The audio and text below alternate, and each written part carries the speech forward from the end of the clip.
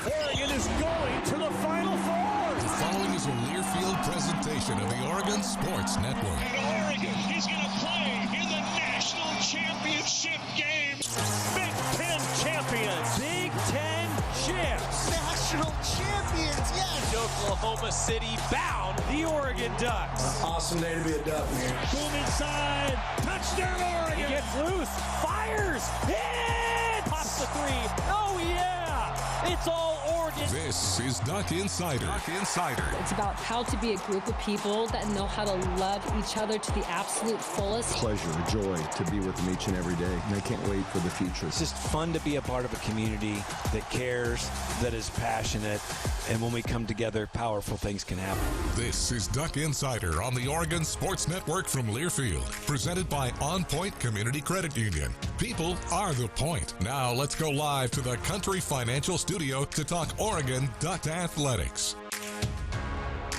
It is a Monday here in the Country Financial Studio. Happy Thanksgiving week, everybody, as it's going to be a little bit of a different schedule for Duck Insider throughout the week this week. Only a Monday and Wednesday show, but that means there's just so many more athletic events to get to because there's no show tomorrow for a women's basketball conflict. And then Thursday, Friday, we're not doing shows for the holiday weekend. And it's going to be a great weekend of Oregon athletics coming off of what was a tremendous weekend for the Ducks. College game day was in town, and Oregon football rose to the challenge as the Ducks faced off against a ranked USC Trojans team and won 42-27 at Autzen Stadium. A huge win puts Oregon in the driver's seat for their own destiny and even back into contention for the Big Ten title game if things fall right coming up over the next coming week, as Oregon will go up to play Washington over this weekend on Saturday. And a win for the Ducks could mean that Oregon gets back into the Big Ten championship game. If the Ducks win and Ohio State loses to Michigan, Oregon will make a return trip to the Big Ten title game. It's a Ducks team that is playing some good football at the right time, and a Ducks team that rolled to that 42-27 victory on Senior Day at Autzen Stadium over USC. The schedule for the rest of the week in between that football game. Well, yesterday, after the football game, there was a volleyball match at Matthew Knight Arena, a good environment for Oregon volleyball going up against Michigan. Then on Sunday, it was Oregon women's basketball who got a victory against Utah State. And today is going to be Oregon men's basketball game day in Las Vegas, a 5 o'clock tip time, Oregon men's basketball versus Auburn. That game will be televised on True TV, a 4:30 pregame with Joey Mack on the Oregon Sports Network. Then tomorrow, an 11:30 tip time for Oregon women's basketball against St. Mary's as the Ducks travel to Texas for the Women's Hoop Fest Challenge as part of their non-conference Feast Week Thanksgiving type of series. That'll be at 11:30. It'll be a pregame show with Chris Clayton starting at 11. And then also tomorrow night is Oregon men's basketball, which will be going up against San Diego State at 8 o'clock on TNT. Then on Wednesday is probably going to be when Oregon men's basketball plays again. There is a scenario in which Oregon men's basketball plays on Thursday, but most likely, if things fall right over the Players Era, the Ducks will be playing on Wednesday, time to be determined. And then on Thursday, Oregon women's basketball will play again. And then all of a sudden we'll be at Saturday, which will be when Oregon football goes up against Washington on the football field. There will only be one more Duck Insider after this one this week. That'll be on Wednesday. Myself, Jerry Jorge, will be giving you picks. I will be representing Joey, and I will single-handedly take him out of first place. Everybody's happy about it. But first, we're talking about this football game over the weekend, and a big football game at that it was for Oregon. The Ducks came out. The atmosphere was electric at Autzen Stadium, and the Ducks, they came to play. All three phases, a special team score. Offensively, the Ducks were in rhythm. Defensively, never felt like USC gained a rhythm. Coach Dan Lanning, after the game, I think pretty pleased with how his team played in all three phases in what is a critical must-win game late in the season. The Ducks must have won. They did win. Coach Lanning speaking with the media postgame. All right. That was a fun one tonight. Our crowd, again, was unbelievable. Great atmosphere there. Really proud that we were able to go do that in that environment with our seniors. There's some moments when you're sitting in that game and you're frustrated because you know that we're not performing to the best of our abilities. So a great challenge. You know, their team is obviously very explosive on offense. ultimately, I think a lot of it comes down to the physicality that we talked about. For us to be able to go out and rush for almost 180 yards and hold them to 52 rushing yards gives an indication of what, how do you win this game? What's it look like? Special teams were special tonight. Obviously, a huge punt return there from Malik.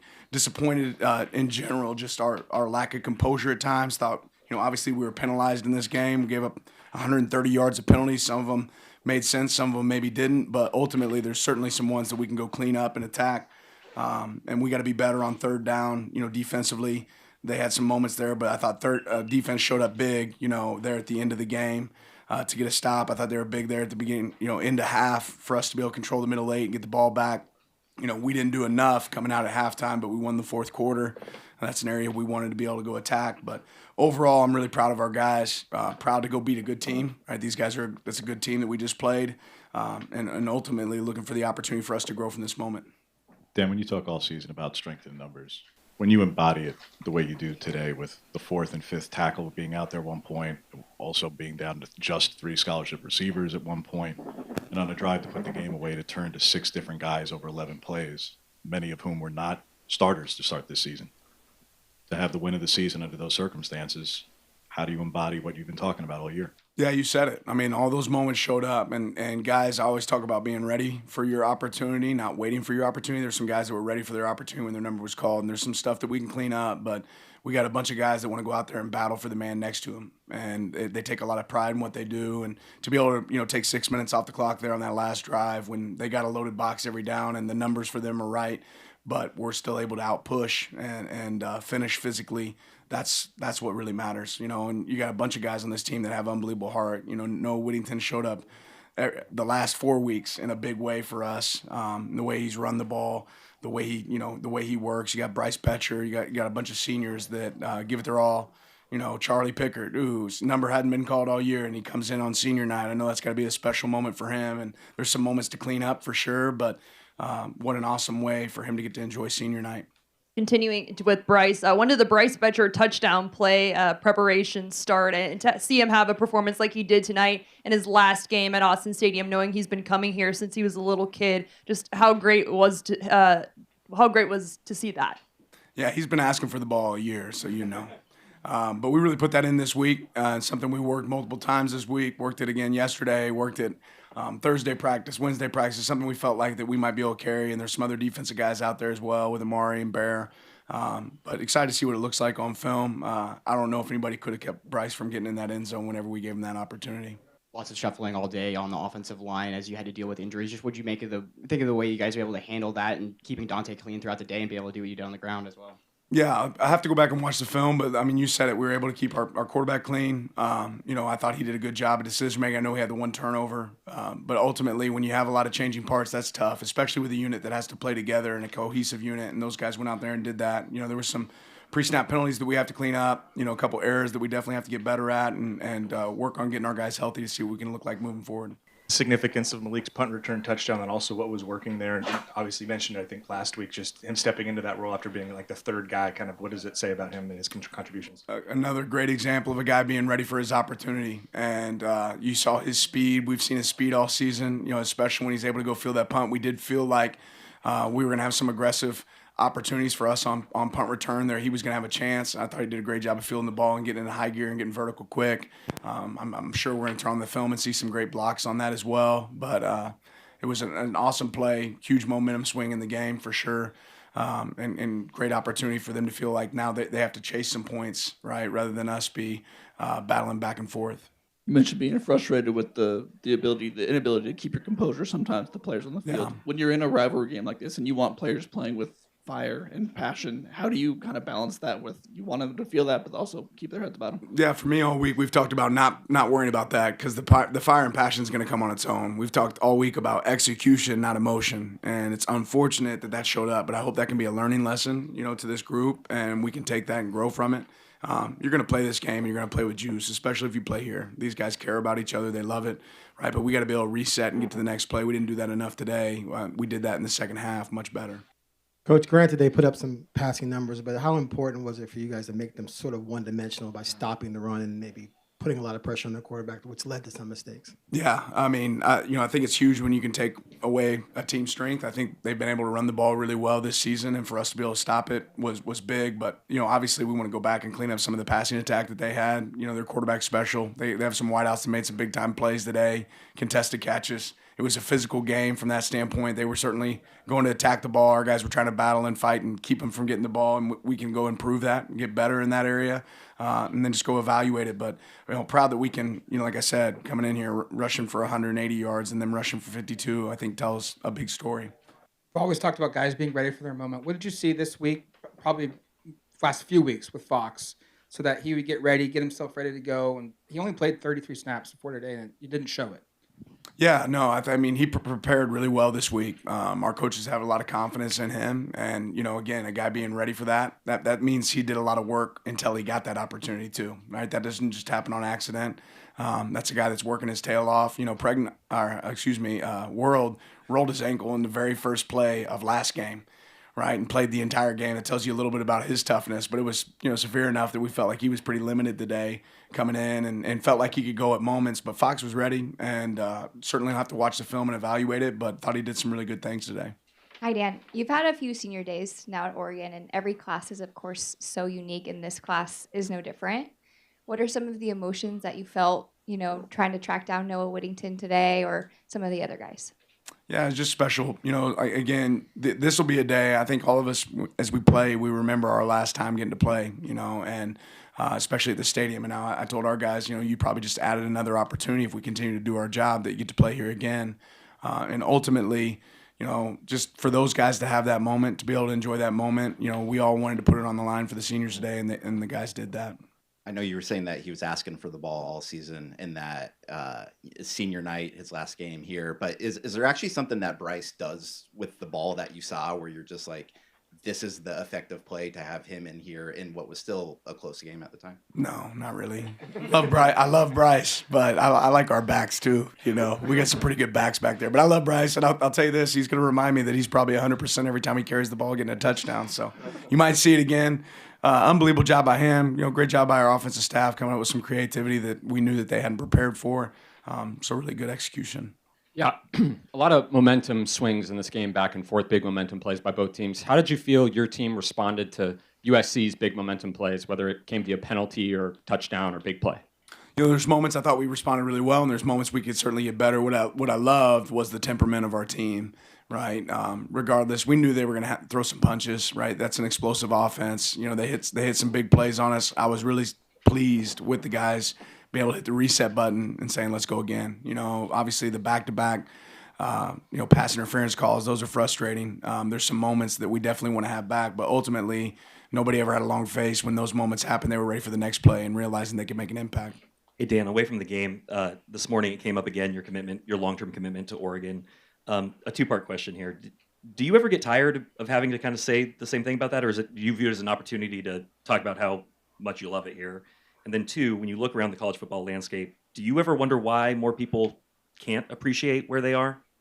Start with one. I don't mind the question, but I guess ultimately people realize at this point that I'm not interested in being anywhere else. Like I've said for a long time, as long as I win, I get the opportunity to be here. That's on me, right? So this is where I'll be as long as I do that.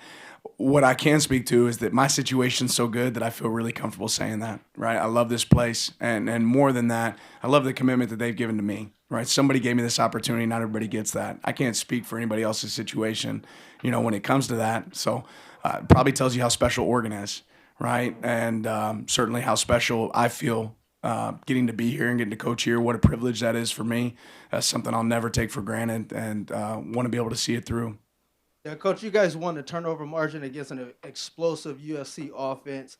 In those moments, how vital were those plays from a momentum standpoint for you guys, for your defense to come up big on those plays? Yeah, we thought takeaways would be a big piece of this game. It's common denominator in some of the losses that they've had so far this season. We wanted to be able to protect the ball. Obviously, we turned it over once as well.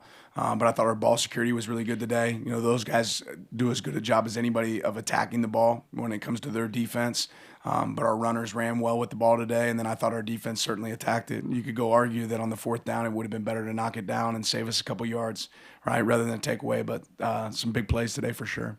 This is just another type of game you've won. When there's a variety of wins in a season like this, like a game at Iowa and today when you handle explosive passing attack, just what's the benefit of those variety of wins when you're looking at the rest of the season? Yeah, just an example that we can beat you in multiple ways, right? We can outscore you at times, right? We can hold you to 18-16 type game.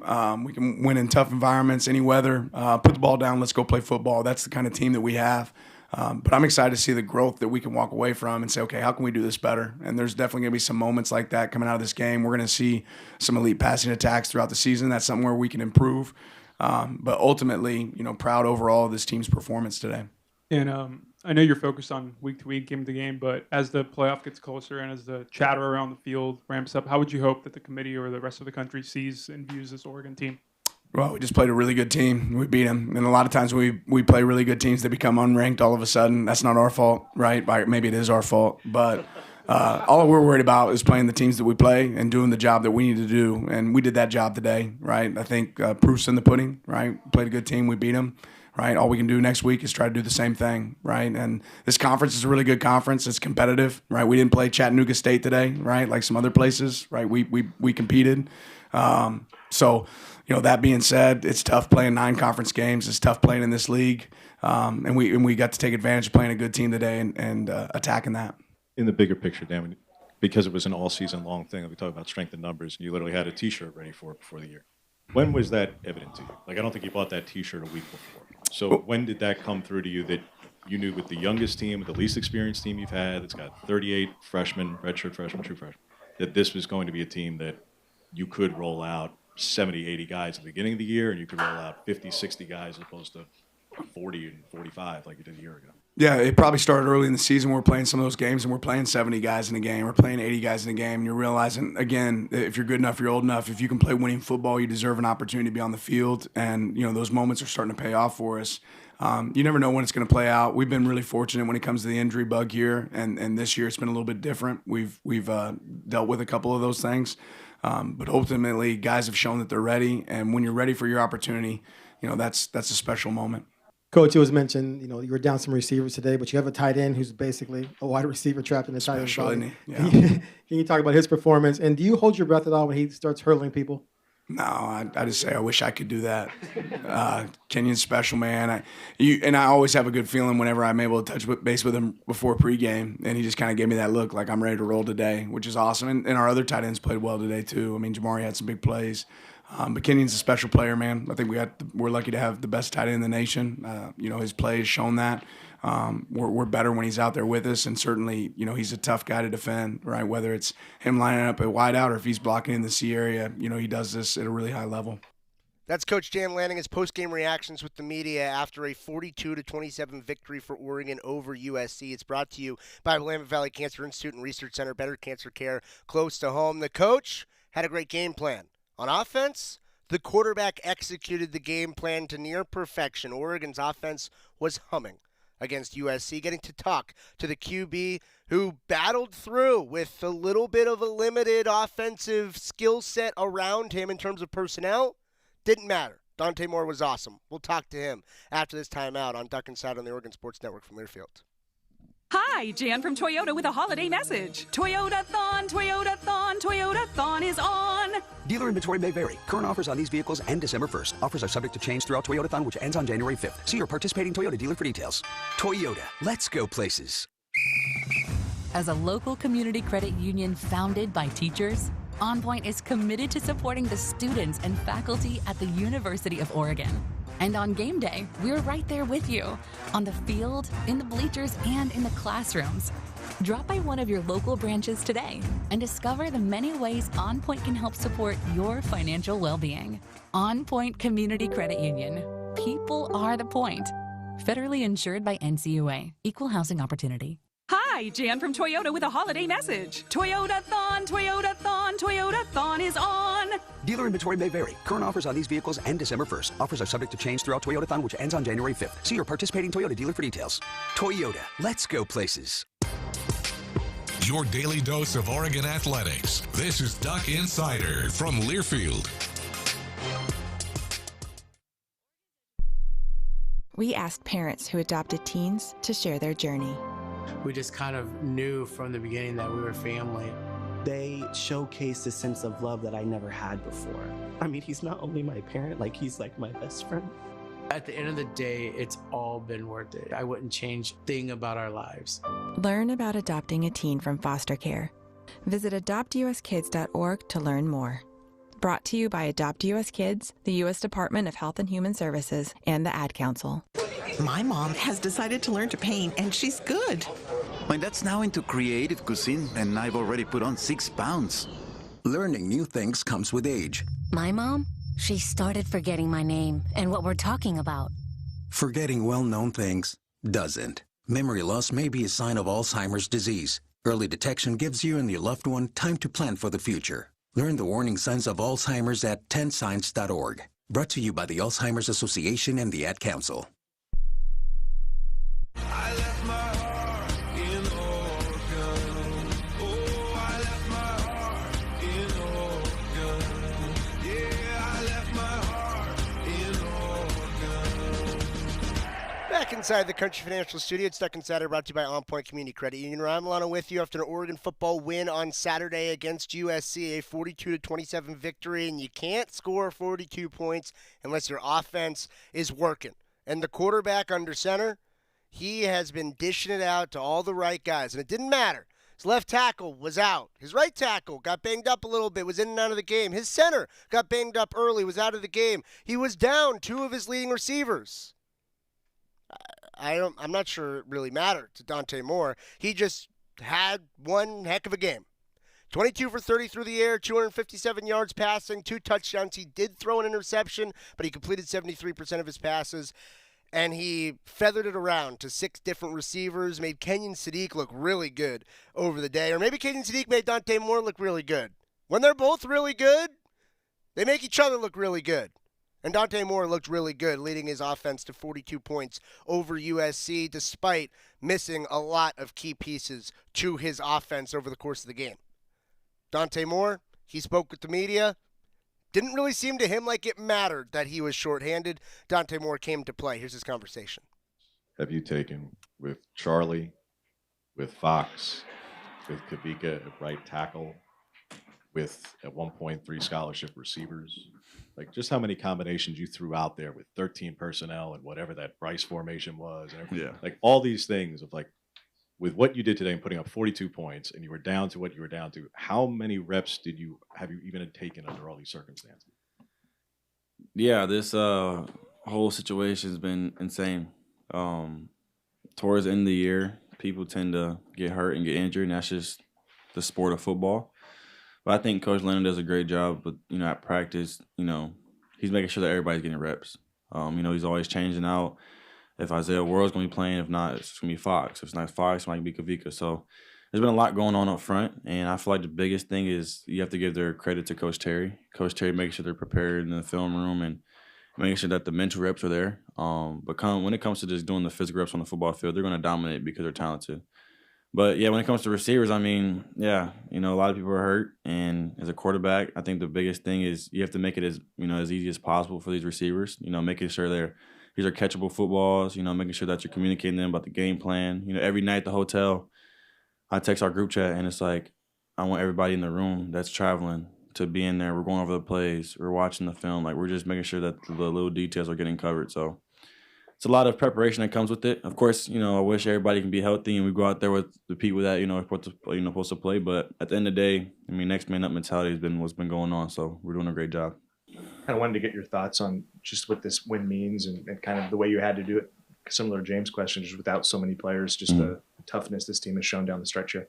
Yeah, it was, of course, another opponent, and media and everybody's going to stir it up to be such a big game. And, of course, College game day, it's always sold out in Alton, the ranked opponent. At the end of the day, I kind of just kept telling the team, like, it was going to be an emotional game because it's senior night, but it's also can't let the emotions take over, and with the emotions cause negativity. So it's been a lot that happened within this game. It's another opponent I respect, USC. Coach Riley has a great team over there. Coach Lynn, is my DC at UCLA. So I give all the credit to them, but at the end of the day, I feel like we pushed ourselves this week, Monday through Friday, to make sure we get the result we wanted. What was the week like with Fox and getting him ready? This is a guy that had played 33 snaps all year before today and protecting your blind side. And Yeah. just what was that week like in getting him ready? Yeah, being a blindside tackle for a quarterback, I mean, you have to put, a lot of trust in that person. And for Fox, I put a lot of trust in him. By just the way I'm always, around the facility, like the way the conversations we have, the jokes we always make, even weeks ago, like it's just I'm the same person, even if it's time for somebody to go shine or even they're not getting to shine at all. So with the Fox, I feel like, he feels my true love and respect towards him, and I hope he does. But at the end of the day at practice, I mean, every time he gets beat on a rep, it's like, flash stick. It's like next play, build that confidence. So I feel like with Fox, he's a young guy, and at the end of the day, like he's going to push himself. But like I said, Coach Terry is a great person to help lead that room to make sure they're all ready.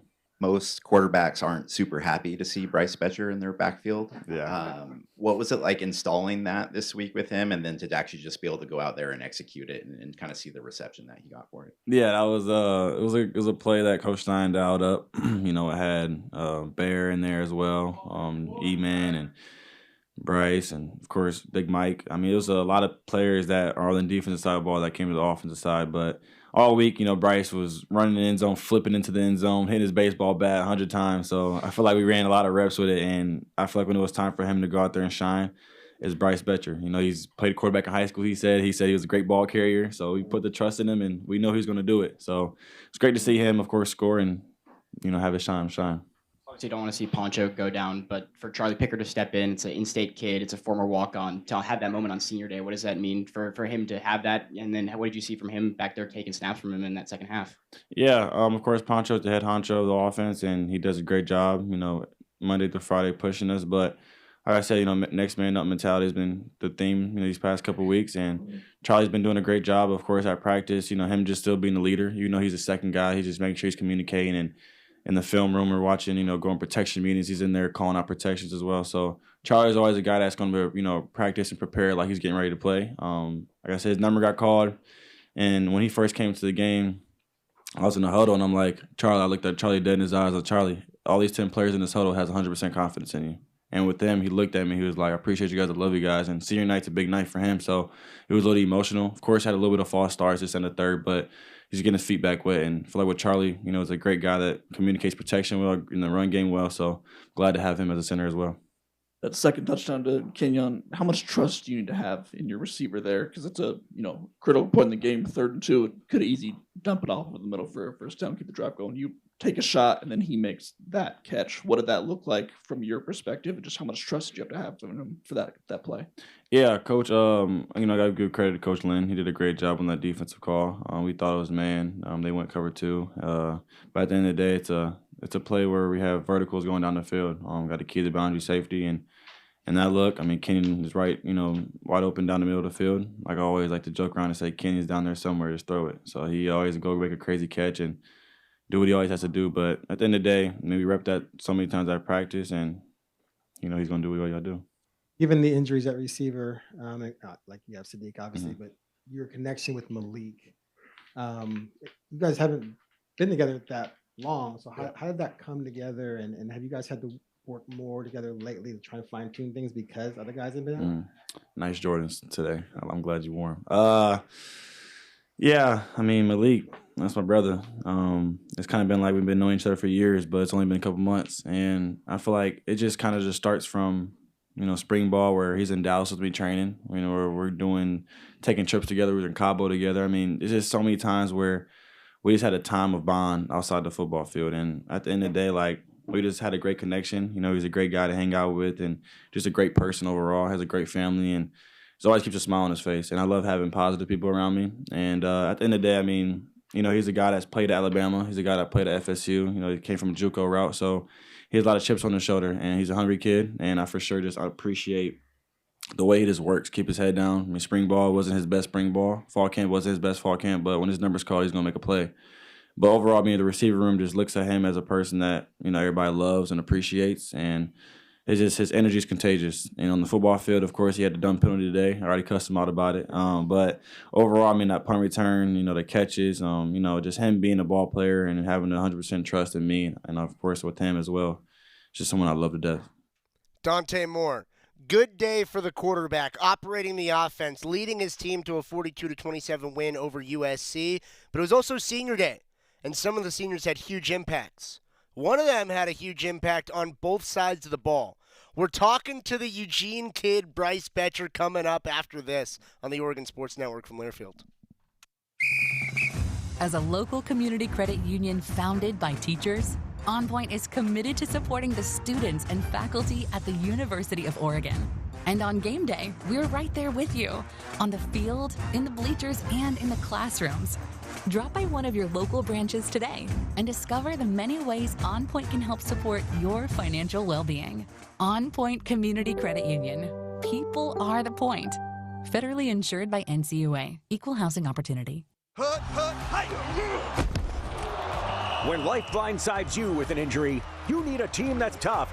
For over 30 years, Morgan & Morgan has been fighting for the people. This season, we're proud to partner with Oregon Athletics. Because whether it's on the field or in the courtroom, we're both determined to do what it takes to win. Morgan & Morgan, proud partner of Oregon Athletics. Injured? Dial pound law. Morgan & Morgan, 10150 Southwest 6th Avenue, Portland. Prior results do not guarantee a similar outcome. Back to the Country Financial Studios in 60 seconds. This is Duck Insider from Learfield.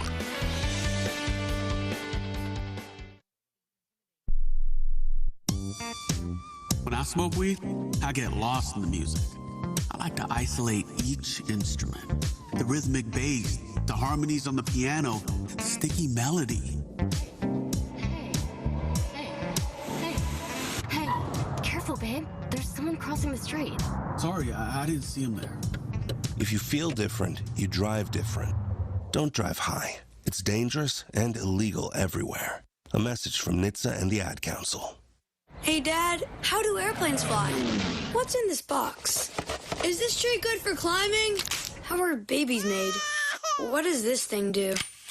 Kids are curious about everything, including guns. Talking to them about gun safety in your home is a good first step, but you can do more. Always keep your guns locked, unloaded, and stored separately from ammunition. Safe gun storage saves lives. Learn how to make your home safer at endfamilyfire.org. That's endfamilyfire.org. Brought to you by End Family Fire, Brady, and the Ad Council.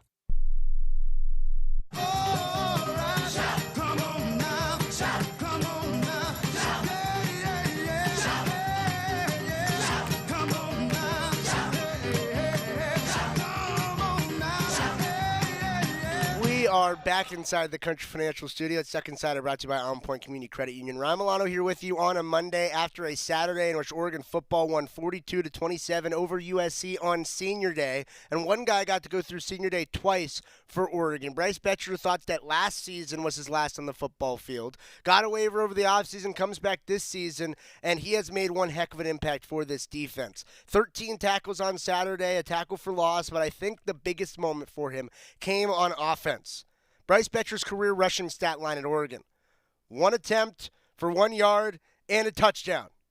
Good job, Bryce Betcher. And I got to tell you, this touchdown was a really special moment for me because I feel like my journey here with the Oregon Sports Network has aligned so closely with Bryce Betcher's journey through the Oregon Athletic Department. It starts before either of us were anywhere near this Oregon Athletic Department when I was at the student radio station here at the University of Oregon and Bryce Betcher was in high school at South Eugene.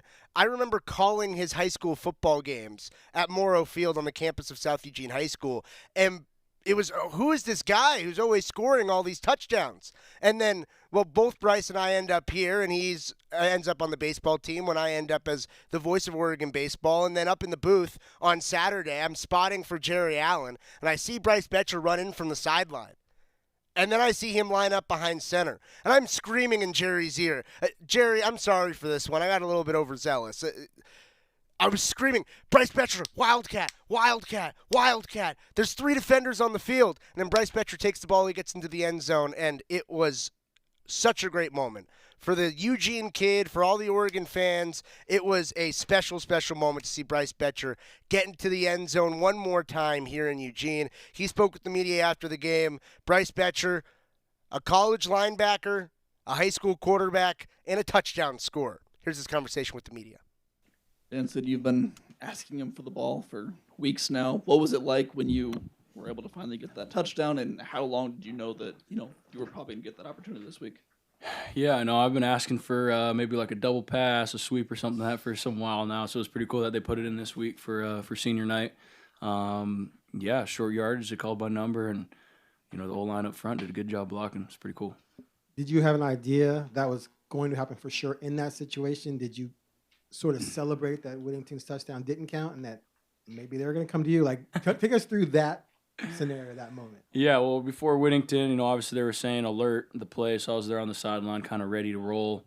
Obviously, I want Noah to get that touchdown, but then when he didn't, I was like, okay, they got to call it right here. So I was, excited for the opportunity, and we executed. Not only you weren't the only defensive personnel in the field in that play. What was it like having a couple lead blockers who are usually tackling the ball rather than blocking for you? I mean, it was scary. I mean, I saw Amari, I saw Bear, and I was like, I'm just going to follow them. No one's going to touch me with those guys in front of me. So it was pretty cool to have them on the field with me and share that moment. If we want to run it again, I'd say those are some good blockers to be behind. This morning and before that, this whole week, when that play is in the install, just how, is it like a let's stay calm and just play like a normal week situation? What did this week feel like? Yeah, are you talking about the play or just in general? It's in there, are you just trying to play it like a normal week? Yeah, you obviously prepare like a normal week. Knowing that play, obviously I get a little excited when we get in the short yardage opportunity. I'm behind center. I'm kind of just thinking back at the South Eugene days 6 years ago when I was taking snaps. But no, yeah, it was pretty cool. I was just going to ask, when was your last touchdown? And also, that was from the goal line. Do you feel like you could extend to 2 yards out, maybe 3 even in the future? Yeah, I think we put the ball on the 1 yard line. I'm going to go 99 to the house. That's my mentality. But I think the last time I scored was probably the last game I played in high school against Ashland. Obviously a long time ago. So it was pretty cool to get in the end zone again. Coach Lanning says he didn't think anyone could stop you from getting in the end zone when you ran out there to do that play. Just with all the emotions, knowing that this is your last regular season game in Autzen Stadium, for reals. I know you had a lot of family here. Just what were the emotions like kind of in the end zone? You ran towards the sideline and just saw everyone patting you on the back in the helmet. Yeah, that's something you dream about. Obviously this week I was like laying in bed every night and I was visualizing myself holding the ball, 2 hands, getting in the end zone, and then going over to the sideline. I saw my family in the stands, so that was a pretty special moment to share. Obviously with them and my teammates. So I'm just blessed to be this opportunity. There's not a lot of people that can say they score a touchdown on senior night. So just want to thank the coaches for doing that, and obviously the big guys blocking for me. We've been through this, multiple times, but you grew up here, you come here as a walk-on, kind of an unknown, and now you flourish into basically becoming Mr. Eugene here. Just what has it meant to you to become such a representative of this city over your time here at this school? Yeah, it's hard to kind of put into words. It's obviously been quite a journey, a lot of hard work and early mornings and late nights, but, it's obviously way greater than me. Obviously I've God on my side. My family's helped me tremendously, and I've had great coaches to put me in good situations and great teammates too. I just want to recognize all them, and obviously, I've worked hard for it, but, it's way greater than me, so I'm just blessed. That walk-on mentality to step up when your number's called. Someone like Charlie Pickard tonight, stepping up as a walk-on. Charlie, yes. What was it like watching him do that and kind of rise to the moment? No, I'm unbelievably proud of that guy. He shows up to work every single day, selfless human being. And I knew once Poncho went down that there was no better guy, especially on senior night, to fill that role. And I just knew that, given the way he's prepared his entire career here, that there was no way he wasn't going to, ball out like he did. So I'm super proud of him. This game was being built as kind of like a play into the playoff for both of these teams. What do you think this game shows the country that you knew about, maybe the committee maybe didn't after this game? Yeah, I try not to, worry about outside narrative. I knew preparing this week, we were preparing to win. We're the most physical team. We stopped the run and we outrushed them by quite a few yards. They were a good team. They could throw the ball for sure and, march down the field with us on certain occasions. But I think it just shows that we're the most physical team. We can, we can play with some of the best. I wanted to ask you about your former position, linebacker. Now that you're going to be a star running back, but can you talk about how important it was to make them one-dimensional, shut down that running game today? Yeah, it's super important. That's number one must on our defense every week is stopping the run. Because if a team can establish a run game, it kind of opens up their whole offense. Obviously, we knew they were going to throw the ball, and they got quite a few explosives in that regard. But when you make them one-dimensional, it makes it a little bit easier to stop them on D. So, yeah, it's super important. A couple of touchdowns for Lemon today, but overall, you guys were rallying to the football to tackle him when he was getting on handoffs, getting on in the underneath game. Just what did you guys do to be able to shut him down besides those 2 touchdowns today? Yeah, I'd say just making an emphasis on him in practice. He was, we call him the King Cobra. This week, we had to shut him down in order to win the game. And obviously he got, he's a great player and, scored some touchdowns, got some yards on us. But, he was just a big emphasis in practice this week. Obviously a big game for Bear, against his former team. What can you say about his impact and the whole defensive line kind of stuffing the run and creating havoc on the passer? Yeah, it starts up front. Big Bear, coming from USC, he brought juice all week. He gave a speech the other day in our team meeting on Thursday to all the players. That was pretty electric and, fired me up and fired the rest of the guys up. Big Amari and our ends and everyone that comes in there and helps us up front, makes our job as linebackers easy because they do their job. And, I wouldn't want to be on the old line facing them, that's for sure. Bryce, coach has talked all year about strength in numbers. It's one thing to say it. It's another thing to roll out there with your 4th and 5th offensive tackle, to be down to 3 receivers and outrush them the way you do offensively and hold them the way you do defensively. Mm-hmm. When did you know that, we even talked back in August or July about you wanted to see some of the younger guys in defense and how deep you guys would be at certain spots. We've seen it. But when did you know that, you could embody this, that you could roll out 60-plus guys in a game like this, that at this time of year it's usually 50 guys? Yeah. And do it the way you just did it. I'd say I do in fall camp. Obviously you go good on good and 1s versus 2s, but there's a lot of time where you go, 2s versus 1s, 3s on 1s, you mix it around, and the drop-off there's not much. So, I could have told you that, facing our 2 or 3rd offensive tackle guard, whoever it was, 3rd-string running back, I don't even know who that is. Our depth is insane. Strength in numbers is incredible. And I think that, it has something to do with, obviously, our culture and us preaching connection. Everyone's rooting for their guy when they get their opportunity. There's a lot of selflessness on this team, and, that's what makes teams great, especially in this era of football. So I'm proud of our guys. Bryce Betcher, he showed out on senior day, and I think it's so fitting that Bryce Betcher showed up to the podium in full pads. This is about 45 minutes after the game ended. Bryce Betcher's to everybody else, they've showered, half of them have gone home. Bryce Betcher, he's still in his pad. I'm not sure he's taken them off yet. He still might be wearing those same pads here on a Monday, 2 days later.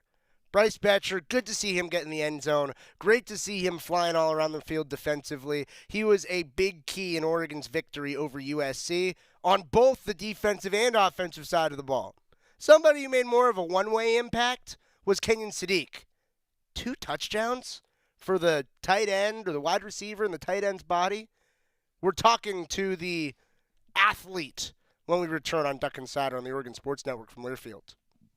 At Shadow Hills Country Club, we're more than just an award-winning golf course and practice facility. Our events team offers all-inclusive event pricing that allows us to take care of all the details while you enjoy your event. Our indoor and outdoor venues offer you a wide variety of fully staffed options that put the focus on you. From weddings to business and social events, at Shadow Hills Country Club Events Center, you get the benefits of a resort atmosphere and amenities in a peaceful country setting, just minutes from downtown Eugene. Call for a tour today or visit shadowhillsevents.com.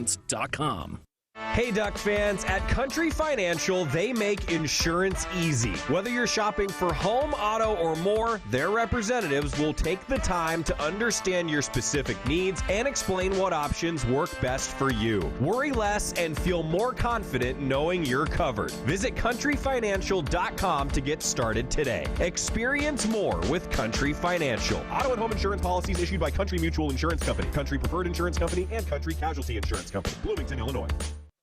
Duck Insider continues from the Country Financial Studios in 1 minute on the Oregon Sports Network from Learfield.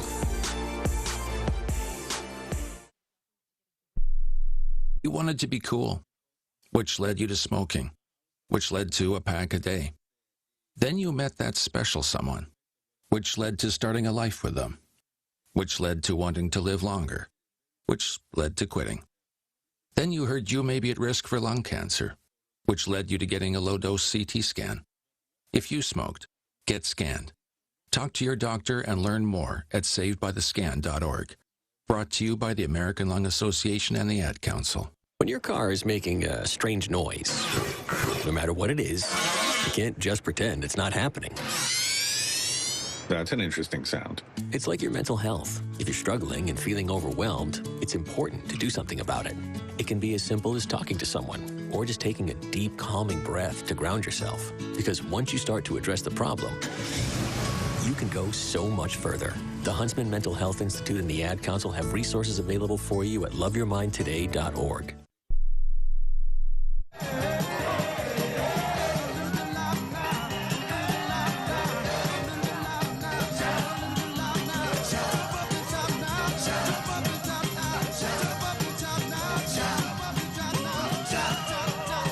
I don't know how many times I heard shout this weekend, starting at college game day early Saturday morning all the way through Saturday afternoon at Autzen, and then Saturday night at Matthew Knight Arena for volleyball, and then Sunday at Matthew Knight Arena for women's basketball.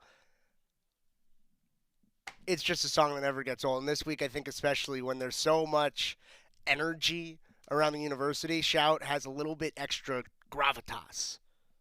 Kenyon Sadiq had a little bit of extra gravitas as well because he was making plays all over the field. And ever since Oregon's been without DeCorian Moore and Gary Bryant Jr. for the last 2 games, Kenyon Sadiq has made even more of an impact. Had a huge game last Friday against Minnesota, had an equally huge game here on Saturday against USC. 6 catches, 72 yards, and 2 touchdowns, and somehow he stood on his head again. But this time it was in the end zone after a touchdown grab. Kenyon Sadiq can make any play in the book. Dante Moore was delivering it to him on time and on target. Kenyon Sadiq, huge game. Spoke with the media after Oregon's victory. Walk us through the second touchdown, and if you can explain to the layperson just how difficult a throw and catch that is for him to layer that the way that is and for you to still be able to see it through the defenders. Yeah, I mean, it was a great play by Dante, meaning we thought it was initially man coverage. That's where we took that play, and then he slid me out, and then they actually rolled to cover 2. So him being able to adjust on that and just put a great ball where I was able to make a great play, and yeah. So Coach Lanning was asked what he thinks when you hurdle, and he said, man, I wish I could do that. Do you think Coach Lanning could do that, and what would be your tips? Probably not. No, no. If you, no, he has the mindset, But other than that, no, probably not.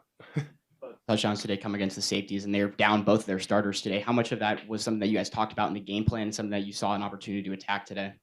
Yeah, we didn't really cover it a whole lot. I mean, it just is what it is. You gotta go out there and play. I mean, it's unfortunate for them, but we could take advantage of it. When you've lined up next to however many offensive tackles throughout your career, just what put both Fox and Kavika in the positions that they were able to go out there today and be a part of things to where you guys don't allow a sack and run for 180 yards and 3 touchdowns with your 4th and 5th tackles out there at certain points? Yeah, I mean, that just goes to show the depth that we have at all those positions. And, those guys did a great job all week of preparing like they're starting. Even the weeks they weren't starting, they did a great job of being involved in the game plan. And, when there's number called, they stepped up and did a great job today, and I'm really happy for them. We often hear the next man up comment universally in sports. Mm-hmm. At what point, though, does it come in like, man, like we keep saying this, keep going down, and then where's the confidence come from that, like, hey, we know this guy, even though he's the 4th or 5th guy in the lineup, is going to be able to perform well? Because it's pretty impressive how deep you guys have been able to go. Yeah, I would just say it starts in the winter workouts, building a connection with those guys and just seeing how, the guys work together, and then transitioning into like fall camp, all those things where you really get close with those guys. And, when it comes time for them to play in the game, everyone knows, what they've been through and, the strength that they have. So we all believe in them.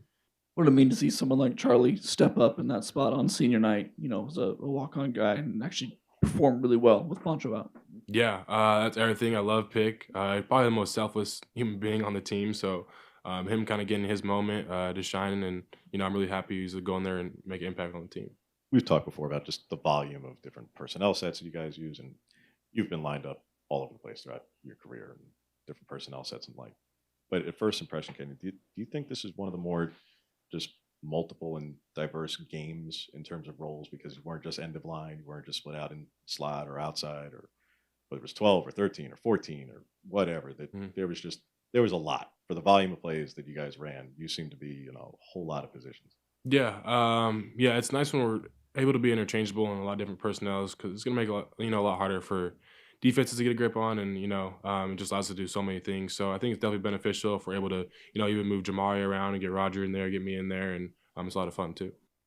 I'll tell you what, defense didn't have a grip on Kenyon Sadiq on Saturday. He was everywhere. He was making grabs, he was making plays, impact blocks. He was split out as a wide receiver. He was in as a tight end. Sometimes he was in the backfield. It didn't matter. Kenyon Sadiq, huge impact for Oregon in their big victory over USC. We're continuing to break down the Ducks' victory on Saturday. When we return, it's Duck Insider on the Oregon Sports Network from Learfield. As a local community credit union founded by teachers, OnPoint is committed to supporting the students and faculty at the University of Oregon. And on game day, we're right there with you, on the field, in the bleachers, and in the classrooms. Drop by one of your local branches today and discover the many ways OnPoint can help support your financial well-being. OnPoint Community Credit Union. People are the point. Federally insured by NCAA. Equal housing opportunity. We know you turn to the Duck Store for all your game day needs, and for students at the University of Oregon, it's even more. Class supplies, jobs, a seat on our board, a place to take a quick coffee break. Because we're your student-first, non-profit college store, every purchase you make directly supports the very community we serve. From working at our counters to studying in the classroom, from directing our stores to cheering in the stands, the people we serve, the students, are the very people who are the Duck Store. More Duck Insider from the Country Financial Studios after this on the Oregon Sports Network from Learfield. There's danger out there. It lurks on highways and quiet neighborhood streets. It's more likely to kill you than a shark and more terrifying than the biggest snake. Distracted driving claims lives every day. Every notification, swipe, social post, video, or selfie while driving risks your life. So while you might think public speaking or the zombie apocalypse is scary, what's really terrifying and even deadly is distracted driving. Eyes forward, don't drive distracted. Brought to you by NHTSA and the Ad Council. We asked parents who adopted teens to share their journey. If you build a relationship, then it becomes easier. If you build trust, it becomes easier. As a parent, you want what's best for your child. To give them the love that a child needs is probably the best thing you can do for a teenager. Learn about adopting a teen from foster care. Visit adoptuskids.org to learn more. A message brought to you by Adopt US Kids, the U.S. Department of Health and Human Services, and the Ad Council.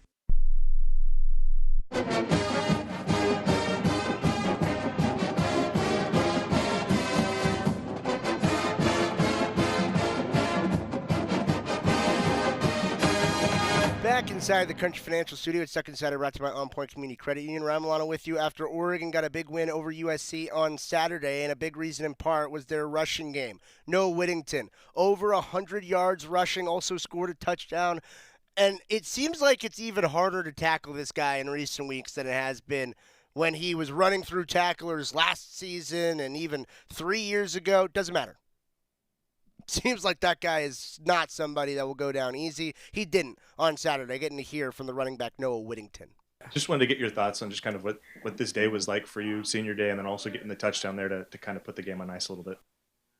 It was a special day for me. I'm thankful for the touchdown, but I'm even more thankful for my teammates. We came out here today and we executed, and we got a very big win today. To run as effectively as you guys did when you're down to your fourth and fifth offensive tackles at different points, why is this team this year this effective at running the football now? First of all, our coaches, they spend a lot of time on game planning and, dialing up schemes that will work. And we go out there and we execute. I feel like our offensive line unit is up for the best O-line in the country, not only that starting five, but as a unit, just because of the standard that they hold for each other, let alone the standard we hold for ourselves as a team and the offense.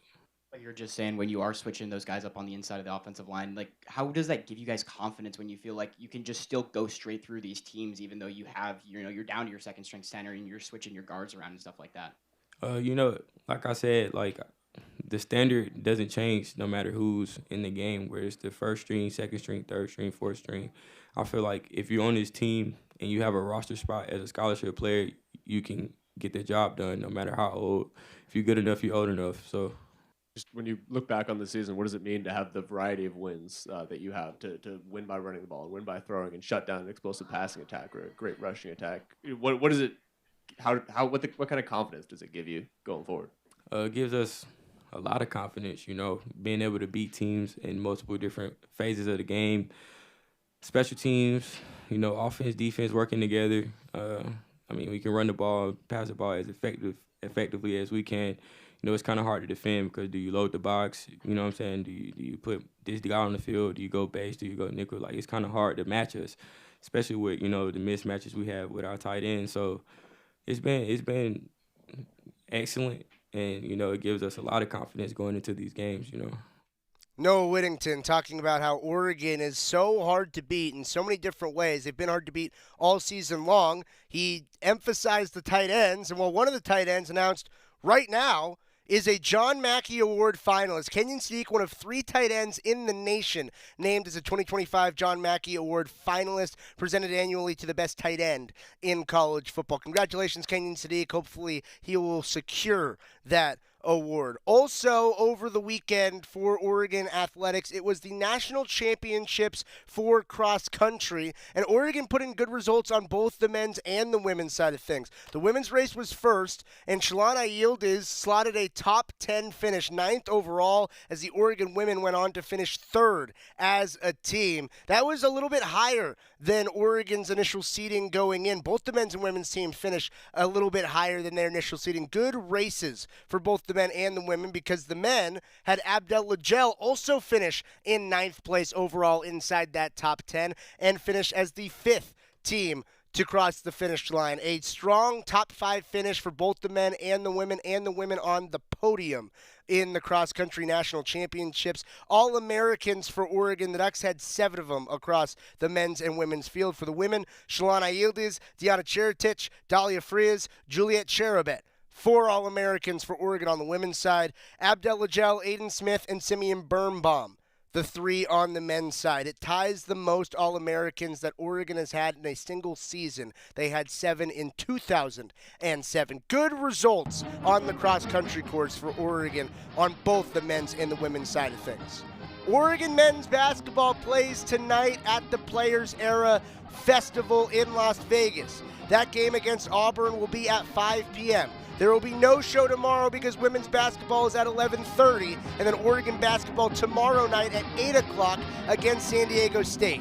Joey Mack has you, then Chris Clayton has you, then Joey Mack has you, and we'll talk to you again on Wednesday. Go Ducks. You say you'd never give in to a meltdown and never fill your feed with kid photos. You say you'd never put a pacifier in your mouth to clean it and never let them run wild through the grocery store. So when you say you'd